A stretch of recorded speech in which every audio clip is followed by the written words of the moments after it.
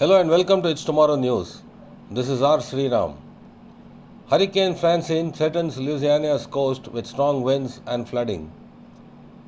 Hurricane Francine came ashore in southern Louisiana on Wednesday, pounding New Orleans with heavy rains and gusty winds while threatening the wider Gulf Coast with a potentially deadly storm surge that led to evacuation orders for thousands of people.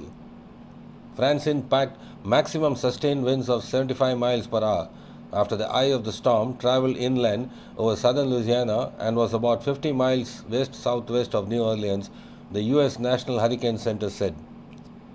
The Hurricane Center briefly upgraded the storm from Category 1 to Category 2 on the 5-step Saffir-Simpson scale just before it made a landfall.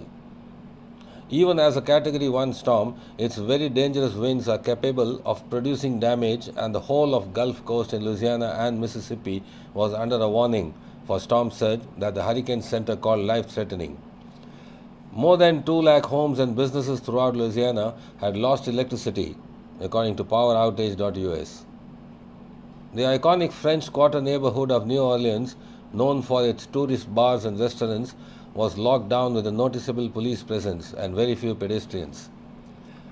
More than 78,000 commercial real estate properties worth some $143 billion were in the direct path of the storm, financial researcher Moody's Ratings said.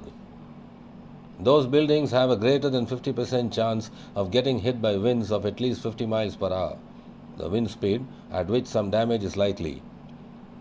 Several parishes or counties on or near the Louisiana Gulf Coast earlier issued mandatory evacuation orders, and the State Transportation Department issued evacuation maps. The city of New Orleans distributed sandbags at 5 sites. That's all for now. For more weather news updates, stay tuned with us on It's Tomorrow News.